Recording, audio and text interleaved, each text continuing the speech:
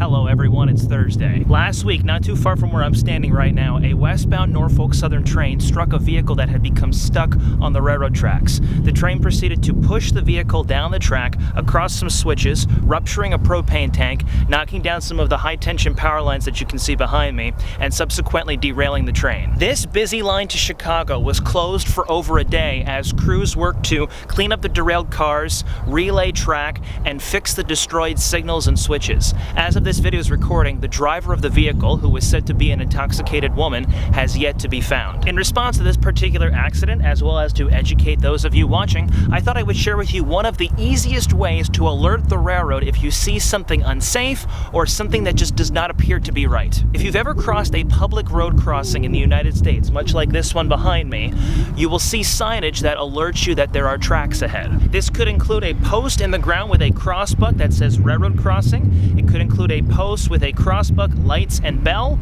or it could include a post with a crossbuck, lights, bell, and gates, as evidenced right here at this crossing outside of Delta, Ohio on the Norfolk Southern Chicago line. Attached to every crossing, regardless of its signage, is a small blue sign that says to report problem or emergency, call this particular number, followed by a crossing identification number and the railroad who owns that crossing. This phone number will link you directly to either the railroad's police department or their maintenance of way department, who will then dispatch the proper personnel either to the scene to fix the crossing or to stop any train traffic from crossing the crossing if a car or any other obstruction is on the tracks. Now, I'm not saying that had someone called the number on the crossing last week, the derailment would not have happened, but it just truly amazes me that people do not know that they can prevent such events from happening by a simple phone call. When I was in Illinois a few weeks ago, I happened to spot a crossing with the gates down and no train nearby. When I got to the crossing, there were already two cars there waiting. Neither of them got out to call the crossing in. Now, I can't blame them for doing so because they may not know, but we can change that. By sharing this video, we can begin the process of educating people about railroad crossing safety and how they can prevent future railroad crossing accidents from happening. Please, I'm asking you to share this video with anyone that you feel needs to hear it. Whenever you see something wrong with a crossing or see someone or something on the railroad tracks,